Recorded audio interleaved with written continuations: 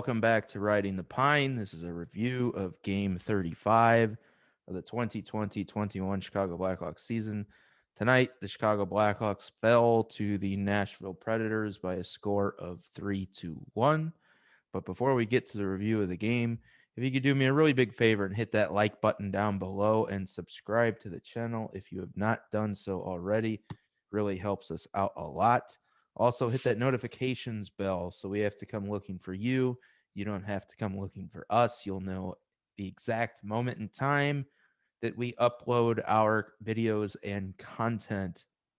Also, should you want to comment on the game, please leave a comment down below.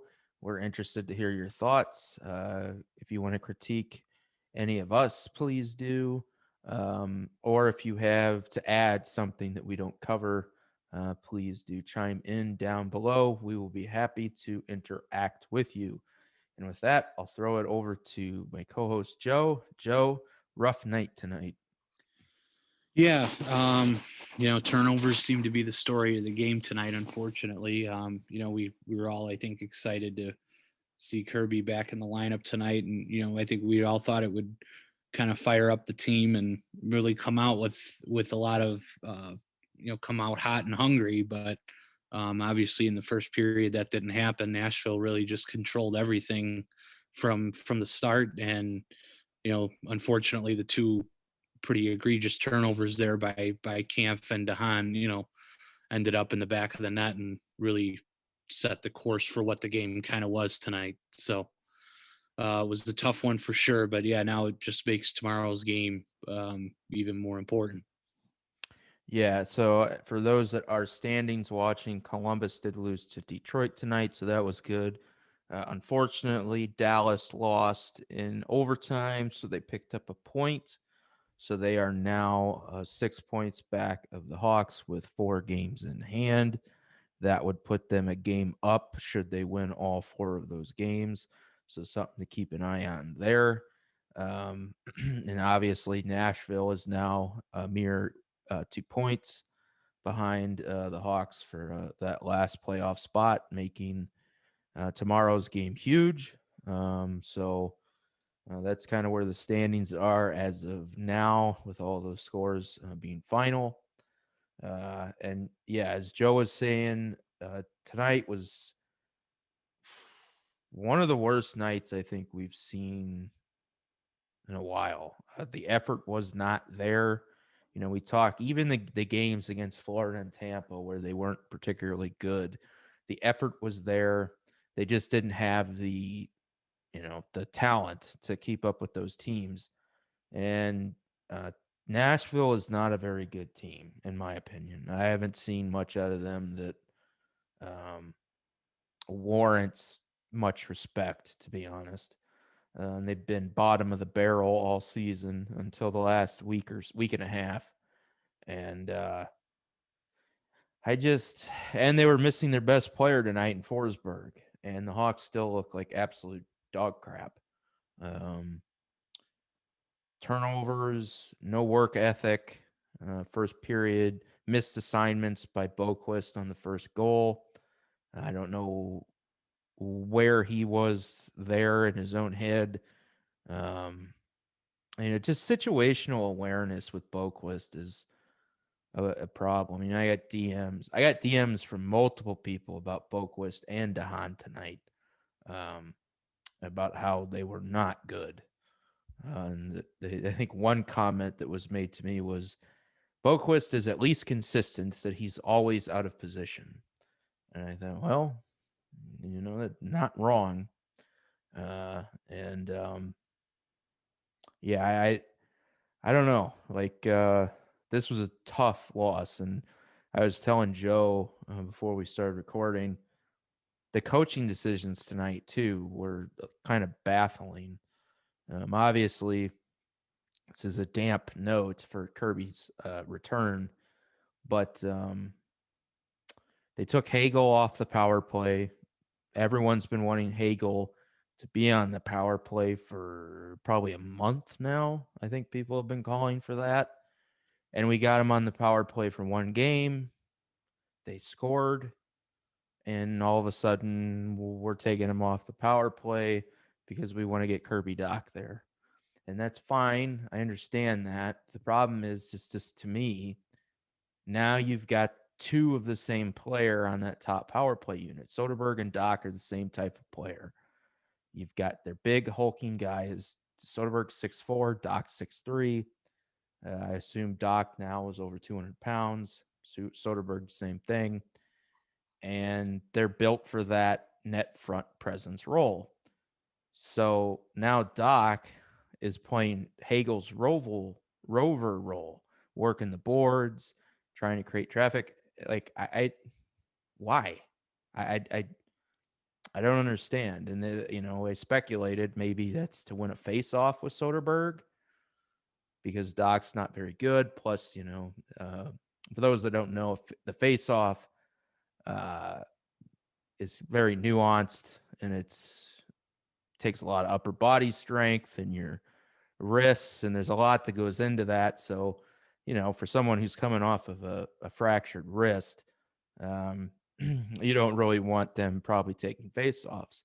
But then Kirby was taking face-offs on the third line tonight, and that didn't make sense to me. Like, you got your stud back, you made the decision, and which we'll get to later here, that he's healthy, even though he made comments during the intermission that he's not. But you made the decision to play him, and you're leaving a guy that has no business being in the top six in the top six.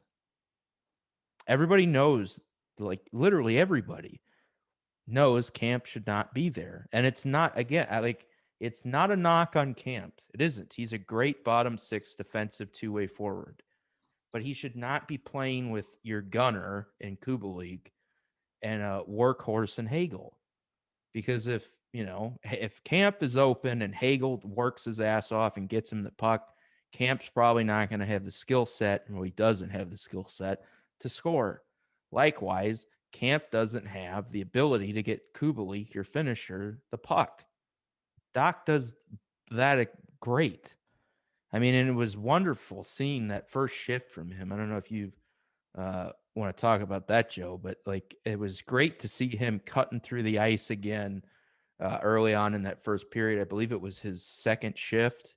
Yeah, and it was like, he made that nice move, and unfortunately, Saros made a nice poke check to get the puck away from him, but I mean, could have been a goal there. But yeah, I think Dach looked pretty good for the majority of the game. I mean, I know there were a lot of people tweeting out, and even I think one of the beat reporters, I can't remember who, said Dach was probably the best player the Hawks had on the ice tonight. So I don't know if I agree with that, but yeah, I mean, I don't know either, but I mean, he just for missing the time he did, and I think he had a pretty good game, no, for all sure. things considered. So, Yeah, but I just, and I understand wanting to work him in and all of this stuff, but it just, the lines in general just don't make much sense to me. Like, you got Strome in the bottom six and staying there for the most part, other than the power play, and that's fine. And now Doc's with him, right? So you got a little bit more skill there, but I just feel like you don't have the skill with Camp. So even if you put Kurashev there, just someone other than him, someone with skill, like you have in this league, you have to be able to score. And that's the thing. Like, I know even Joe and I have talked about, where you put Dach when he comes back. And obviously last year in the bubble, he was with Kane and DeBrincat, which was your second line. And then Taves, Kubalik, and Saad was the first line. Well, the problem now is if you go back to that, which they did do tonight, they did for brief periods put Dach back with Kane and DeBrincat. The problem with that is well, now you're a one-line team. Like that's that's the nuclear option, as we used to say with Quenneville. Well, I mean, you can't, when you're not scoring, you can't afford to do that. You've got to spread your offense out. And what was weird as I mentioned to Joe, when they did do that, why are they again? Why are you doing that with Kane and DeBrincat? I understand whether it's Strom or Doc. If you view Doc as being your best, player, as that one beat reporter said, and you want to get him in the top 6 to increase your scoring chances, why are you moving Suter down, which is what they did? That doesn't make sense. Suter's the guy who scored tonight. He's scored in 3 games in a row now, which again, nice to see. That's probably something that gets overlooked tonight. He's tied for the rookie leading goals with what's his name from Minnesota? Kaprizov. Kaprasov, yeah. But, it's like, what are you guys thinking there? And then again, with just a lot of fans I know were upset that Mitchell was sent to Rockford tonight. I don't have a problem with it because Mitchell got to play tonight in Rockford and you got Bodan in with the Hawks. The problem I has is that Boquist continues to be able to make boneheaded plays like he did tonight and still gets 20 minutes of ice time. Why? I mean, yes, he's recently had a couple good games defensively, not taking that away from him. But it's like if you're going to hold Mitchell accountable and you're going to hold Bodan accountable and take them and scratch them or send them to Rockford or do whatever, like, why is Boquist? It's just weird to me that he's getting this special treatment. Again, I don't know if it's maybe it's because he's a European player. I mean, like that's the thing with camp, and Colleton came over from the European system.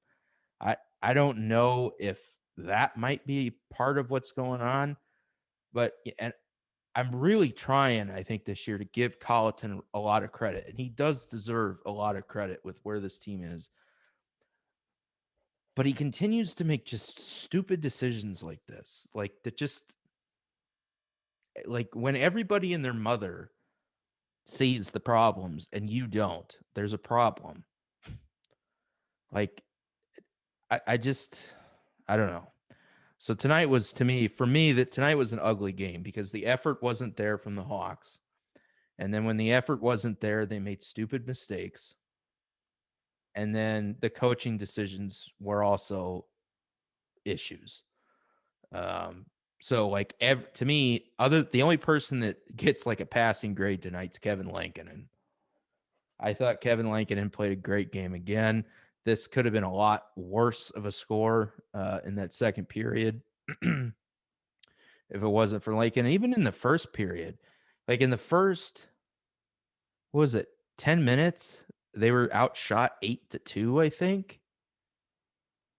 Yeah, it was something. I think it wasn't the first period overall, like what, 15-7. Yeah, and they did make up for the shots. They dominated most of the. If you take away DeHaan's brain fart in the first minute, they pretty well dominated the third period. They just, Saros was on his, head. He's been playing really well as of late. That he's a big reason why they've had their surge up the standings the last week or so. I think they're 5-1 in their last 6 games. I think it was Foley that said Saros has only given up like one goal in 3 out of his last 4 games or something like that, and that was before tonight. So, I mean, he's playing out of his mind right now, similar to Lankinen. Um, yeah, and the Hawks didn't have a power play goal. That hurts. And that goes to my point. Like, you're changing your power play up. Like, these were must-win games this weekend. And, I want to see Doc play and everything, but why are you screwing with stuff that works? I don't know. And then I don't know if we speculated before maybe the hype of Doc coming back. Maybe that's why they laid an egg tonight. I don't know, but there was no effort from the team, Kane included. Kane was uncharacteristically bad tonight, and that's not saying that Kane doesn't have bad games, but it's usually defensive miscues with Kane. Kane was making offensive blunders tonight. Like, I think he had a 3-on-1 at one point in the second period. I think it was might have been right after their goal. Like, it was a 3-on-1 and Kane just didn't get the pass off. I think he did a backhand pass right to a Nashville Predator, the one guy who was back, or a guy that was trailing rather. And it was just like, well, there goes that chance. You had DeBrincat, Kane, and I don't know if it was Doc, like if that's when they had made that change, or if it was Suter again. But it's just one of those nights. Like, they were all drunk, making stupid plays, missing assignments. Um, Dahan almost redirecting the puck into his own net again. Like, I don't know. And, uh, I've railed on Dahan a lot. And I'll give him credit that he does block a lot of shots. But at a certain point, you have to question, like, at $4.5 million, and really his salary for this season is irrelevant. I'm more concerned about the future of the team, right? Everyone is speculating, at least. Dahan's the guy that's going to get picked by Seattle. So that would make the most sense.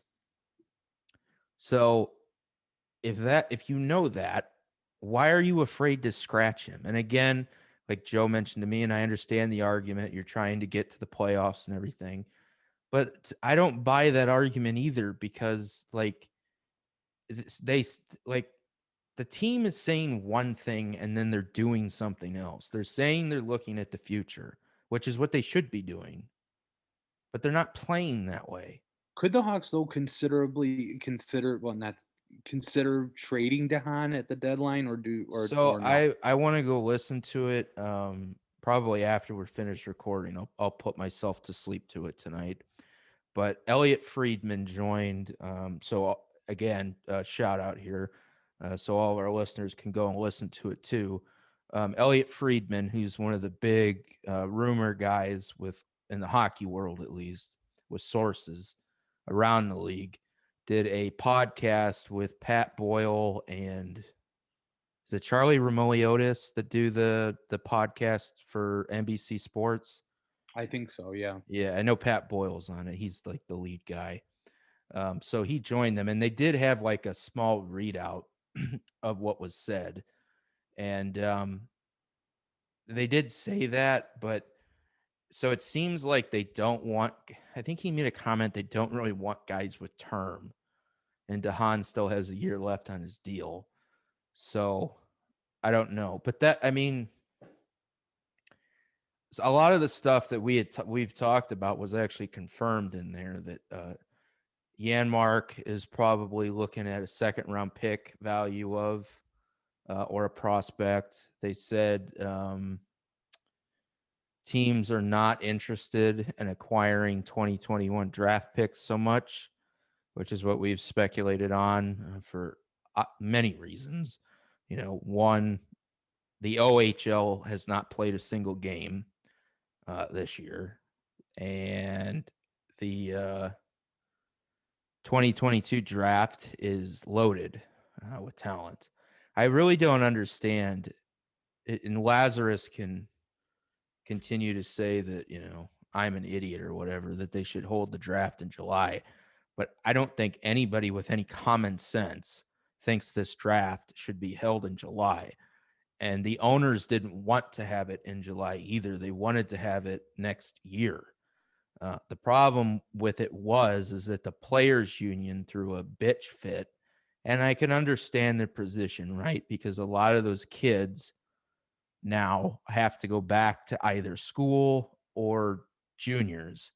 And what that does is it's assuming a lot of those, this isn't like the olden days. Now, what, 4 or 5 of those top picks would be making $1 million in the NHL, which they're not now going to make if you move the draft. So there's a lot of things there that they wanted as concessions that weren't made, so they're keeping the draft, I guess, for now in July. But yeah, so no surprise, the 2021 draft picks are not highly sought after. Um, Taylor Hall was mentioned as a possibility according to the readout that the Hawks would be assuming salary somewhere in there for that trade to happen. Maybe it Yeah, be and I thought I saw a tweet too that St. Louis could be in on Hall, but Colorado isn't. I forget who. yeah. So actually, Friedman said Colorado's a team that's interested in Yanmark. Um, so that'll be interesting. Um, do you trade Yanmark to Colorado, knowing full well that next season Colorado will be back in your division? Well, does Colorado have the cap space to sign him? Well, they could because Sod will be off their books, and although I do think they have to keep Landeskog. Let me go look at their. Because if they do, if it all depends, if the Hawks feel Colorado won't have the cap space to sign him, maybe it's not that big of a deal. But if they feel like Colorado could re-sign him, then yeah, So yeah, they've maybe. got to resign Landeskog and potentially Sod if they plan on keeping him. Calvert is a free agent, so they would keep Yanmark over Calvert. Uh, Grubauer needs to be re-signed, so that'll probably be expensive, or at least an increase. So they've got 800,000 in retained money coming off. How much cap space do they have now? Only $1 million. Yeah, so they're gonna have decisions to make. Uh, So that yeah, so it will probably all depend on what they, yeah, how and they feel. Tyson Yost needs a new deal as well. So and so does Makar. Yeah, so they're gonna have decisions to make. Um, so yeah, maybe you move him there. I don't know. The Hawks need to at this point, I think, trade him if they can get a second round pick for him. Um, and like I tweeted out, the Hawks missing the playoffs is not the worst thing. And like I said, the reality is this team is not going to win the first round, barring some miracle, because they're looking at either Tampa Bay or Carolina, most likely. And both those teams haven't even lost 10 games yet. I think, the Hurricanes have lost 7, and I think the Lightning are at 8 or 9. But yeah, they've got to look towards the future, and they've got to acquire assets. However, you do that, and hopefully, as Elliot Friedman was suggesting, they can get 2022 draft picks. I would much prefer that than picks in this upcoming draft. Now, sure, does that put you back a little bit? Well, maybe, but the other aspect, it kind of works out for the Hawks, right? Because at least on the defensive side of things, they've got like Nicole was DMing me, and I was going through all of the defensive prospects with her, and they're probably going to sign Jacob Galvis from the Czech Republic this year. They're hoping he can be the new Nicholas Jarmelson. He's a defense first defenseman. They really like him. We'll see what happens there. Bowman, you can pretty much go to Vegas and bet on it. Lucas Reichel is going to come over next year. So those two players I would expect, and Galvis especially, because they lose his rights June 1st. So both of those players I would expect to get contracts here in the next few weeks. Um, Bowman was on it, I think, with them as well, did a podcast with NBC Sports. They are looking at European free agents again, of the likes of Kubalik, Suter, etc., Panarin. I know they were linked to that Russian guy, but you know, uh, that not having all of those picks come in at once is a good thing. Having them spread out, especially considering the amount of defensive prospects they currently have, and they need to figure out who stays and who goes. You don't want to just add more to that, cupboard right now. It'd be nice to delay some of the new stuff coming in. So hopefully they can get those 2022 picks. But yeah, so I think that sounds like a good listen. So if you're listening to us, once we're done here, head on over and check that out. The NBC Sports Blackhawks Talk podcast. I believe that's what it's called. And it's got Elliot Friedman attached to it. So you'll be able to find that on there. But I don't think they're going to trade DeHaan. I don't. I just think that you should be comfortable scratching him for a game. And it's not like I'm saying sit him the rest of the season. It's just like get these guys into games and scratch Boquist for a game. I don't understand why Boquist has to play every game. What does he add? I mean, it's like I don't know, like he's Patrick Kane or something, and like he's not, or Eric Carlson. He was supposed to be Eric Carlson, but he isn't. He's not even he's not even like producing offensively like he should be. That's like the other thing. Maybe you could forgive some of the defensive lapses if he was producing, but he's not. So I don't know. I think with the amount of defensive prospects you have, you should be trying to get all of them into games. That includes Kalanick, who's played only one game. Like, I don't know what they're doing. Like, to me, if you're looking at the future, play it so you know what you have. Because eventually, look, Boquist, Bodan, and Kalanick, those three, and Mitchell, those four, you're going to probably be able to keep two of them. So it would be nice to know which two those are. And you're not going to know who are the better two of the four until you play them. I mean, right now, if you were to ask me, Bodan would be at the bottom, or not Bodan, Boquist would be at the bottom of the list. For one thing, he's probably got the most trade value. He was a high pick, and he's, got the offensive points this season to kind of justify it might interest some teams. But to me, because I don't think his offense outweighs his defensive miscues. To me, he's Eric Gustafson 2.0. I mean, we'll see if he's had a few good defensive games, yes, but then he does what he did tonight. And it wasn't just that play. Like I think that's important to note too. I'm not just crapping on him because he made one bad play.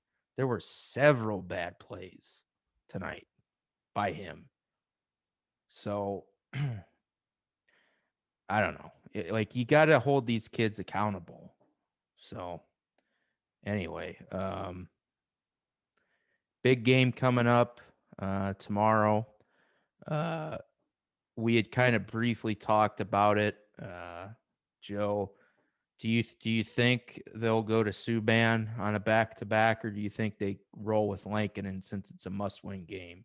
Yeah, I mean, just judging by Colleton's past, I would think the odds are that Subban will start tomorrow, but who knows? Maybe he'll surprise us. And I mean, I'd like to see Lincoln and go back out there again, but I don't know. Just judging by, whenever the Hawks have had a back to back, it's always, been Lincoln and Subban or Subban Lincoln. And so I'd have to say the odds are that Subban will get the net tomorrow, even though I don't want that to happen at this point. I'd rather see Lincoln, but I just think it'll be Subban. What do you think of the ice time? So I know I've been bitching about this basically all season. So I'm just gonna throw numbers at you. I don't know if you have them in front of you or not, but No, I don't. I'll throw them out to you. So Kirchev played 9 minutes tonight. Hagel played 13 minutes. Camp 12 and a half minutes. Kane got 23. Kubalik was at 15 and a half. DeBrincat was at 23. Strome was at 16. Carpenter was at 9 minutes. On the defensive side, Bodan got 14 and a half. Dahan just under 17. Boquist 20 and a half. Zadorov 19.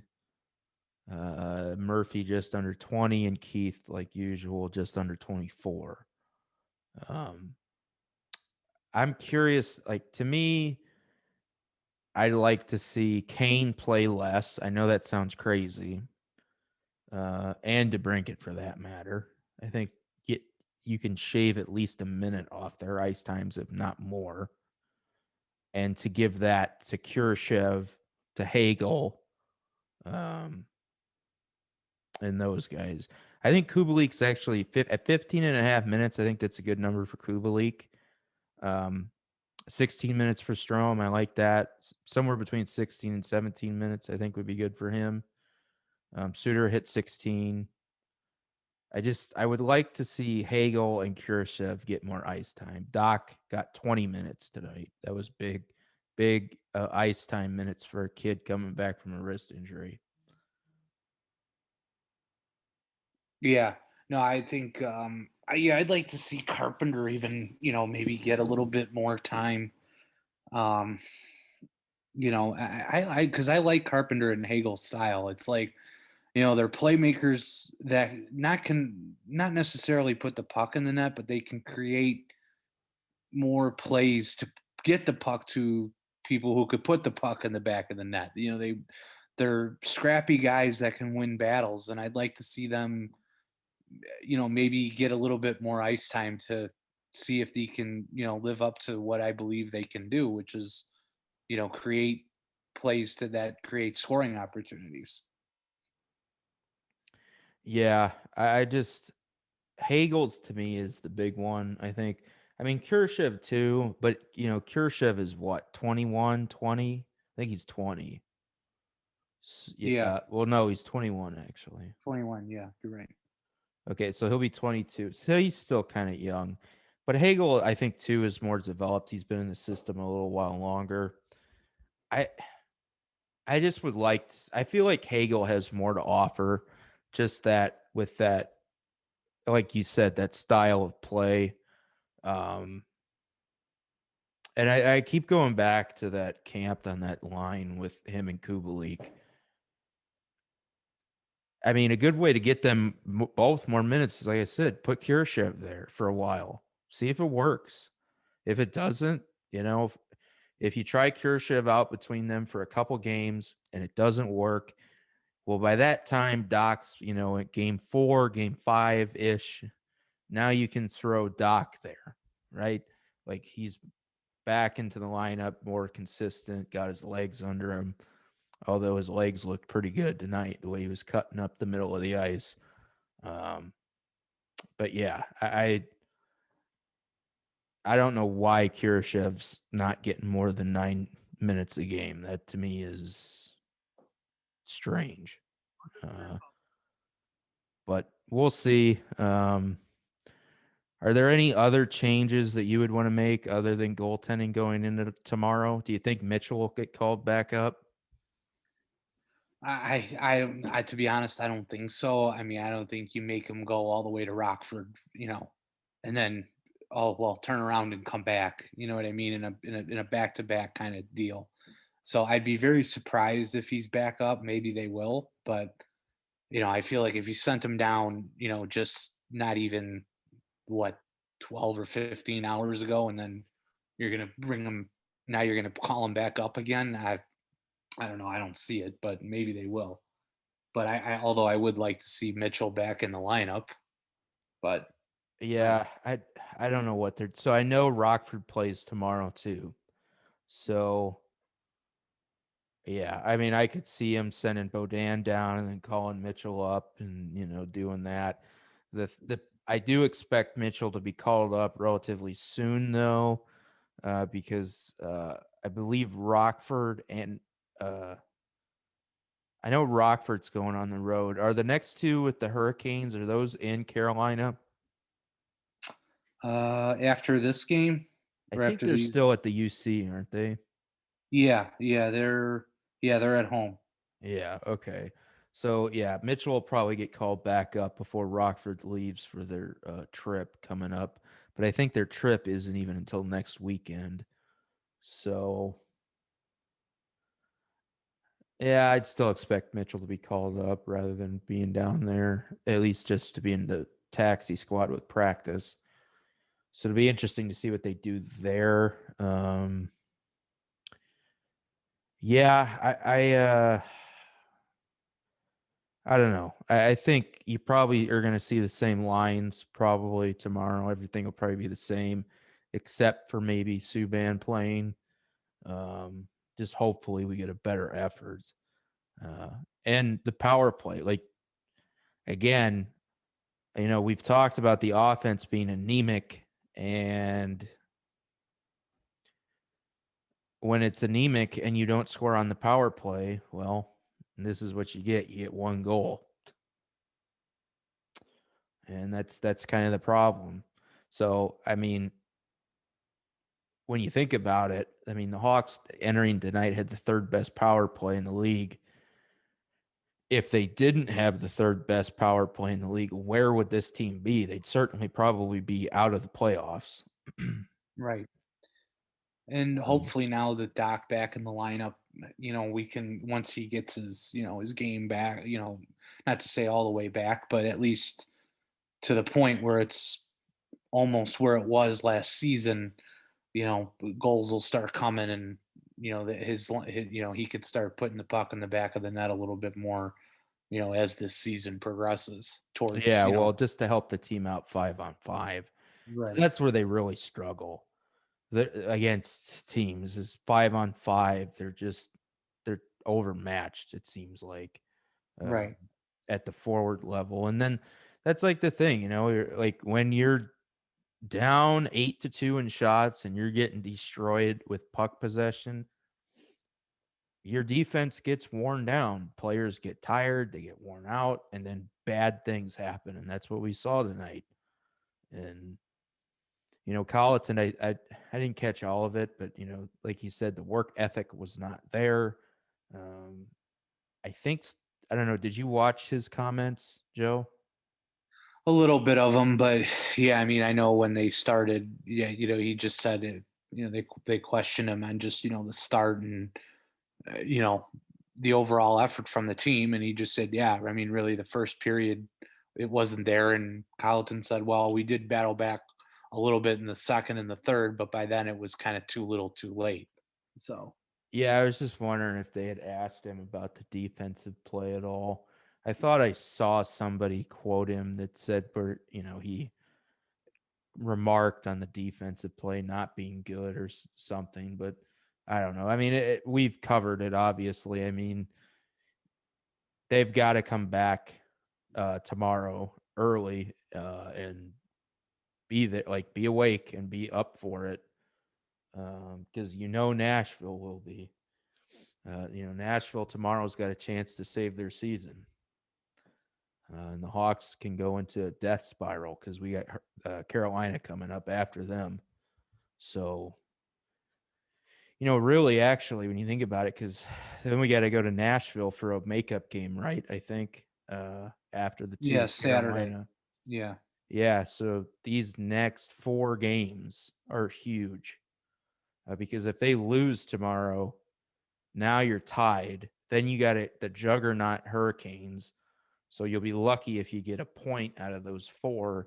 And then you're right back up against Nashville, who, if they beat you tomorrow, will probably already be up on you, uh, assuming that they continue their hot streak. So, yeah, this could be a bad week coming up for the Hawks if they do not win tomorrow. Tomorrow is a huge game, uh, to say the least.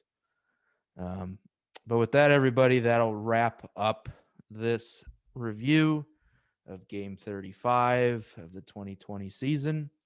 The Hawks lost again to the Nashville Predators by a score of 3-1. Again, Pius Suter picked up the Hawks' lone goal. Assists go to Patrick Kane and Adam Boquist. Their record dropped to 16, 14, and 5 on the season. They'll be right back here tomorrow to hopefully avenge their loss at the United Center against the Predators. Fourth place will be on the line for that matchup, and as well as the final playoff spot in the division. So, big game as we've been talking about. So we will be with you tomorrow for that review. But until then, everybody, again, hope everybody gets a good sleep tonight. And if you are out tomorrow for Sunday for church or anything like that, continue to wear your mask, be safe. Just make sure it's the weekend, it's Sunday, try to relax. We've been kind of, or at least I've been kind of negative here on the show, but just kind of keep everything in perspective. We should be having fun with this. Nobody thought we'd even be in this position. So just kind of enjoy it, try to enjoy it. And yeah, until then, Right. tomorrow. It's a matter of just, forgetting tonight. And I'm sure the Hawks know, the situation that they're going to be in if they lose tomorrow. So, I mean, I expect them to come out with a lot better effort and a lot quicker pace, especially in the first period. And, I don't know if Nashville's going to be without Forsberg again tomorrow, but if they are, then, the door is open for, to get a win tomorrow. So, and I think you really need it, especially like, you mentioned that Carolina's, on deck here for a big 2-game series. So we'll see what happens tomorrow. So hopefully the Hawks will come out with a better effort and get 2 points. Yep. And with that, everybody, we will see you tomorrow. I don't know if I'll get the review up tomorrow. And I don't know what time is the game tomorrow. Is it at 3 I think it's still at noon? 7. Oh, it's at 7.